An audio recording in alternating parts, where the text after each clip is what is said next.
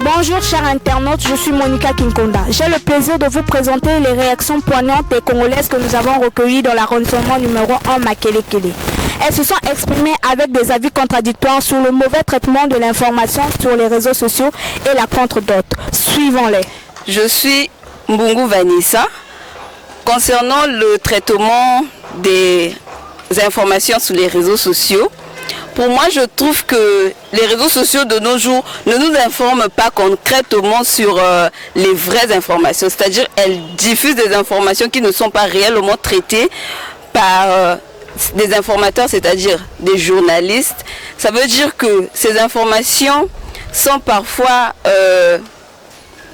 pas fiables, étant donné que les journalistes nous donnent des informations très fiables. Donc du coup, moi, je trouve que ces informations-là sur les réseaux sociaux ne sont pas de bonne qualité. Et on ne devait pas se fier sur ça. Les informations sur les réseaux sociaux, pour moi, je peux dire que ces informations ne sont pas vraiment réelles.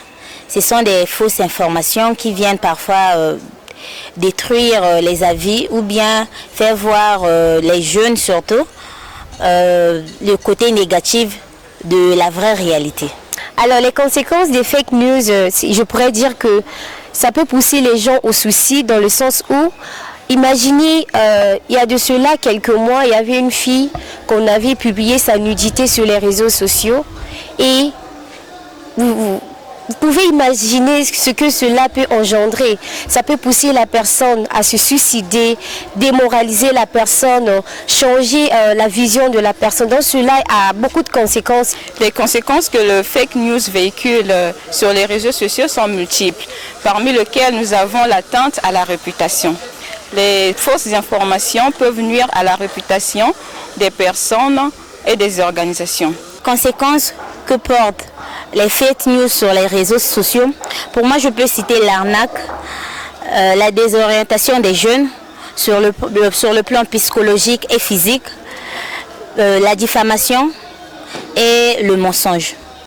Comme je l'ai dit au début, que les informations sont diffusées par des personnes qui ne sont pas idéales, les personnes qui ne sont pas... donc des personnes qui ne sont pas des professionnels. Les conséquences que le fake news véhicule sur les réseaux sociaux sont multiples, parmi lesquelles nous avons la manipulation de l'opinion publique. Les fausses informations peuvent influencer les gens sur des sujets importants comme les élections, les crises sanitaires et autres. Selon moi, le pouvoir public devrait sensibiliser tout jeune qui souhaite se lancer sur cette voie. Lui demander ou bien leur former en termes de journalistes pour leur éviter de faire des erreurs et de diffuser des informations qui sont fausses. Moi je dirais c'est simple, interdire à ces personnes de publier des informations et sensibiliser les jeunes en leur disant que les informations doivent être publiées par des professionnels, pas par n'importe qui. Et s'il y a des gens qui le font par entêtement, ils peuvent les arrêter. C'est tout ce que je pourrais conseiller au pouvoir public de faire.